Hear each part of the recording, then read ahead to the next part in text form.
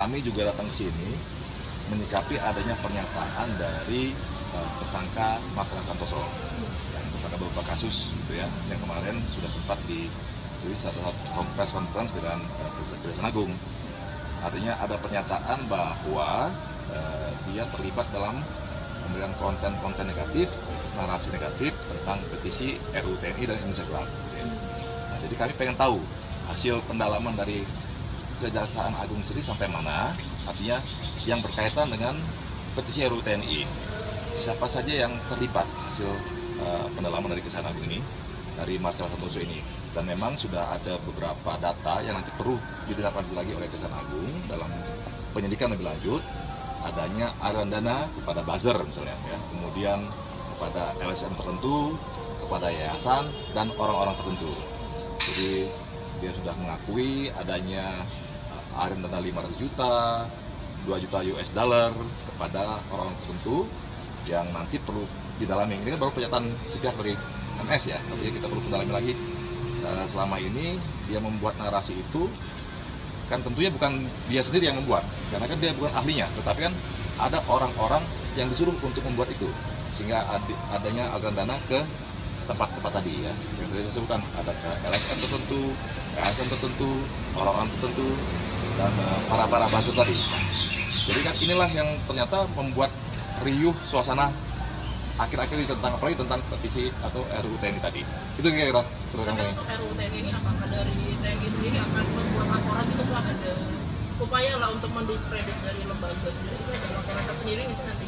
Ya, artinya nanti kita mencari tahu siapa sih sebenarnya aktor di belakang ini semua dan kenapa, apa motivasinya, motifnya apa, sehingga kenapa RUU TNI, Undang-Undang TNI nomor 3 tahun 2025 dengan Undang-Undang nomor 34 tahun 2004 kan nggak ada bedanya sebenarnya, hanya perpanjangan usia saja perbedaan itu, dan hanya perluasan di lembaga-lembaga tertentu yang sementara TNI sendiri sudah ada di situ gitu ya.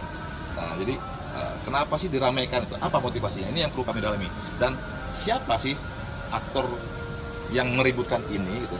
Dan kenapa? Nah, itu yang harus kita tahu gitu. Sehingga masyarakat dibuat gaduh hari ini dengan narasi-narasi negatif atau konten-konten negatif tadi. Gitu ya.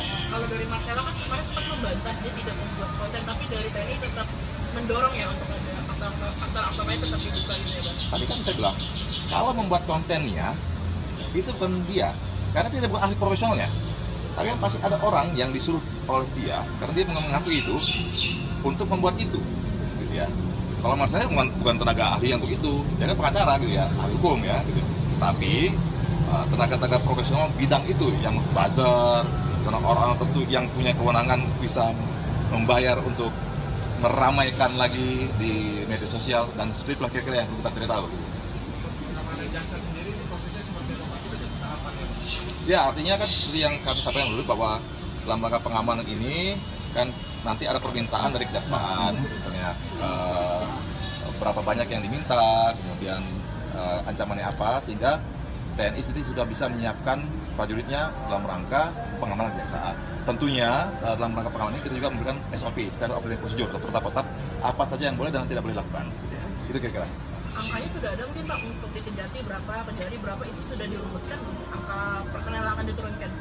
Jadi kan kalau kemarin yang disampaikan itu untuk tingkat Kajati itu 1 per ton paling banyak ya, kemudian Kajari itu 1.000 gitu ya.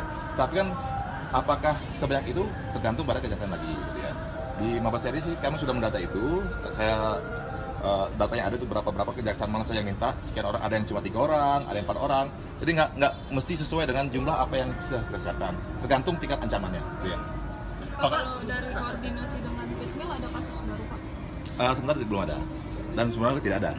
Nah, gitu ya. Pak izin terkait evakuasi WNI Pak, ini keberangkatan tim CRT itu sudah dari kapan ya Pak?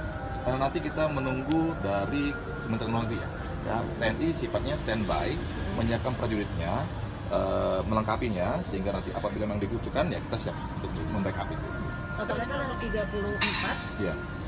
Dan WNI yang dievakuasi 115 ya? Jadi yang di Teheran itu ada 115 warga negara kita yang sudah bersedia untuk dievakuasi.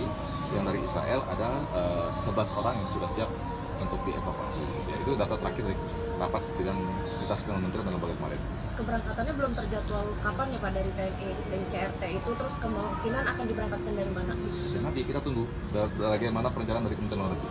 Nanti ya. Prosesnya masih menunggu Pak ya? Masih pakai jalur darat atau jalur udara atau seperti itu? Yang jelas kan sesuai dengan pernyataan Kementerian Luar Negeri bahwa evakuasi hanya bisa dilakukan lewat darat. Nah, tentang rutenya nanti kita akan ditentukan oleh Kementerian Luar Negeri sendiri. Kita tunggu aja. Pak Kapus, izin balik lagi soal mengenai yang pelindungan terhadap jaksa. Kemarin sempat ada kasus mengenai pihak jaksa itu menjadi korban pembacokan oleh orang OTK. Yang terakhir kan yang di Depok itu. Iya. Nah, sejauh ini kalau misalkan nanti jaksa ini yang menangani kasus-kasus krusial, bisa nggak sih mendapat perlindungan pribadi dari TNI?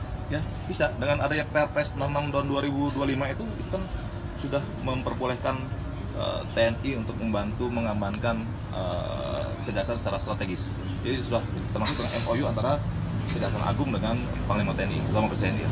Jadi tapi secara personal berarti boleh ya, sampai misalnya anggaplah pulang dari sini sampai ke rumah ditemani TNI boleh? Kalau memang terlihat ada ancaman itu karena mengenai kasus tertentu ya pasti kita amankan.